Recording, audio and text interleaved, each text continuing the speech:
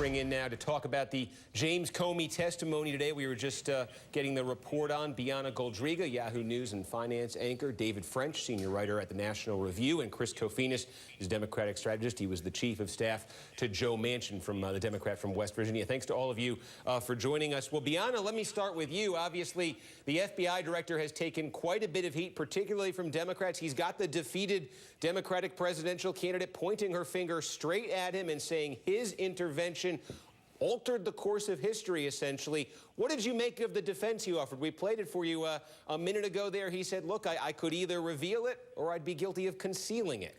Well, he was quite impassioned in his motivations and the decisions that he made, Steve. He did seem authentic in the predicament that he found himself in. Obviously, not an ideal predicament if you think about it. Both candidates under FBI investigation. I think something that a lot of Democrats in particular are still wondering and want an answer to is why then hold that press conference that summer of 2015 and say that Hillary Clinton, while he did not recommend that she be charged or indicted, then offer his own opinion. And if that were the case, then if he were to start a new investigation into Donald Trump, why not hold a press conference then? I think a lot of questions still remain surrounding that. And if you think about it from another perspective, Steve, even if he thinks that he did make a mistake, what does he have to gain by admitting that right now? Obviously, he wants to continue his career and have this in the rearview mirror instead of having this continue to haunt him going forward.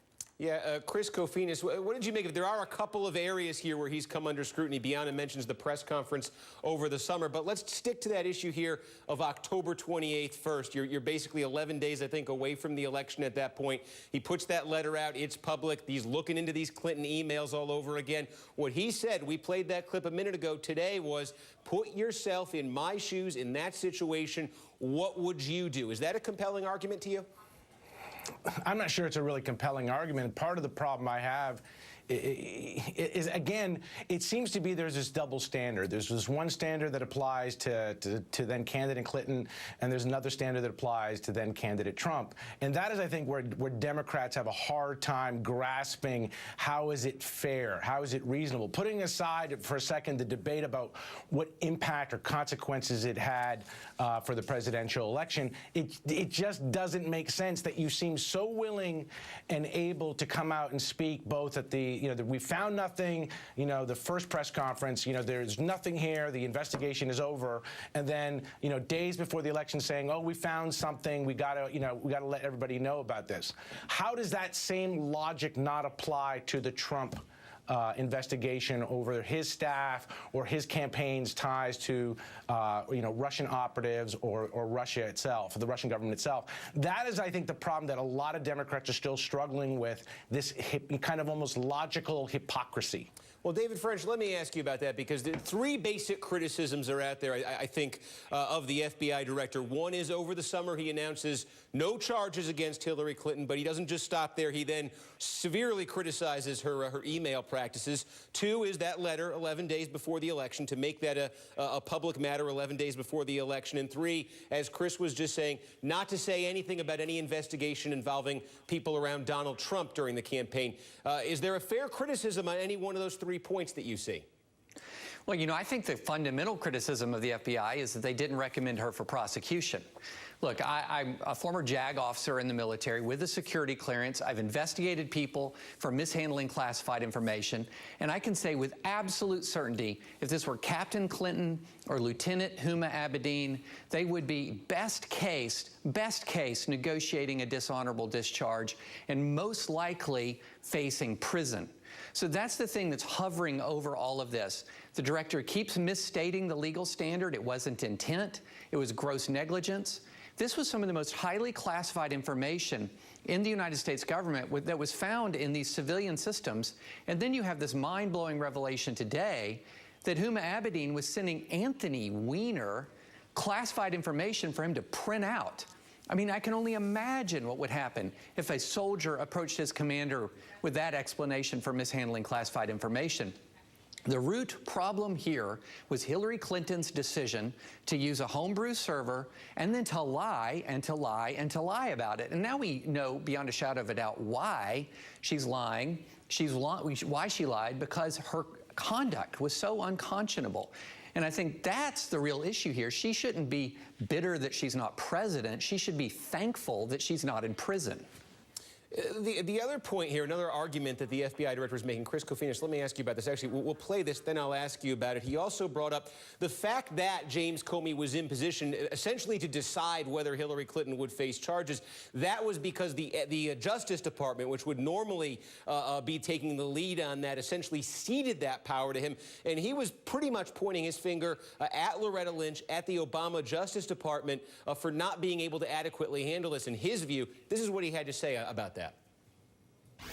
A number of things had gone on, some of which I can't talk about yet, that made me worry that the department leadership could not credibly complete the investigation and decline prosecution without grievous damage to the American people's confidence in the justice system. And then the capper was, and I'm not picking on the Attorney General, Loretta Lynch, who I like very much, but her meeting with President Clinton on that airplane was the capper for me. And I then said, you know what, the department cannot by itself credibly end this. Chris Kofinas, for Democrats, for Clinton supporters, for critics of the FBI director who don't like how he handled this, is there some blame that ought to be sent Loretta Lynch's way for that airplane meeting with Bill Clinton? Well, I don't think it was a smart thing for that meeting to have happened. I mean, I think that's just, that's stating the obvious.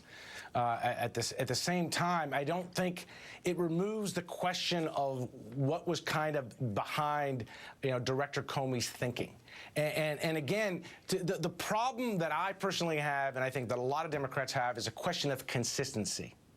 And if you have one set of rules and standards for then-candidate Clinton in terms of what you're going to disclose to the public, what you're going to say she is absolved of, what you're going to say in terms of the investigation, and the same logic does not apply to an ongoing investigation of multiple people within the Trump sphere related to the potential influence of Russia or Russian operatives on a presidential election directly targeting Secretary Clinton. That's the part that I don't understand. So either be full, either embrace full disclosure on all counts or don't. And that is where I think he has set himself up. I'm not saying it was an easy decision, but at the same time, you've got to be consistent, because it's the inconsistencies that have led to this kind of political firestorm that here we are months after a presidential election, and we're still talking about this. David French. And don't forget, Steve, there was that internal document that we found out as well within the FBI by a Democratic operative that sort of suggested that Loretta Lynch may not let this go too far with Hillary Clinton. Some people interpreted it as saying that she, in fact, was biased towards Hillary Clinton. And, what's most alarming about all of this is there was great concern because the Russians actually had a copy of this information, and Americans and the FBI were concerned about that being potentially used as blackmail. Well, and you mentioned Russia. Actually, I want to play, because this hearing was not just about the decision to go public with this information about Hillary Clinton, also a lot here about Russia, about its role in the election. Here's James Comey on that subject.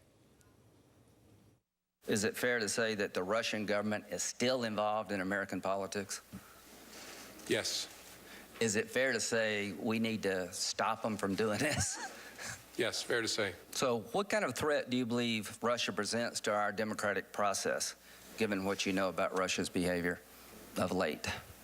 Well, certainly, in my view, the greatest threat of any nation on earth, given their intention and their capability. And beyond that jumped out at me. The greatest threat of any nation on earth. The FBI director there talking about Russia. Of course, I'm thinking back to the 2012 campaign. Obviously, there have been some intervening events since then. But Mitt Romney said our top geopolitical foe in 2012 was Russia. Not many Democrats wanted to go along with that then, but now you have the FBI director giving that characterization. Do you think that's a fair characterization of Russia? I think it is a fair characterization. I think it's embarrassing that our president can't bring it up with Vladimir Putin on a phone conversation that they have, and that all of a sudden Angela Merkel has to be the moral compass of the Western world when she had a meeting with him and was able to bring up hacking into other nations' elections, was able to bring up human rights abuses in Chechnya and Crimea Crimea annexation and what have you. So I think a lot of people who are critical of Vladimir Putin would say the one thing he wants right now and he's in desperate need of is a face-to-face meeting with President Trump. And of course, we know from the release that the Russian media and the Russian authorities released, not from here in the U.S., that meeting may very well take place sometime this summer in Germany. And David French, just a quick final question to you. Hillary Clinton said yesterday she was going to be president if it wasn't for James Comey's decision on the 28th and WikiLeaks. Do you think she does have a point there? I think that the point is that she would have had a better chance to be president had she not made the decision to create her homebrew server and to send and receive classified information. The rest there is details. It's the law enforcement doing its job. And regarding Russia, let's not forget, the Obama DOJ could have disclosed all of this information about Russia had it chose to do so. The problem was it was assuming Hillary Clinton would win. It did not want to feed the narrative that the U.S. government was putting its thumb on the scales. And then when the election outcome happened, which shocked the political world, as we all know, these recriminations followed. But Director Comey wanted to put more information out there about Russia. It was the Obama DOJ, let's not forget, that pulled him back in because it was not wanting to feed the Trump narrative of a rigged election, and they were assuming that Hillary would win. So they're not the same situation between the email scandal and the still unknown Russian scandal. We don't know the extent of collusion, even if there was any. So there's a big disparity in information there. Do you think we're doing enough? All right. Do you think we're doing enough to find out whether Russia was in fact infiltrating our election? Do I think we're doing enough? I think I would like to see a special, an independent investigation. No. I do not think that putting in the hands of the more partisan House and Senate committees is enough. Okay. Bianna Golodryga, David French, Chris Kofinas, thanks to all three of you for joining us. We appreciate that.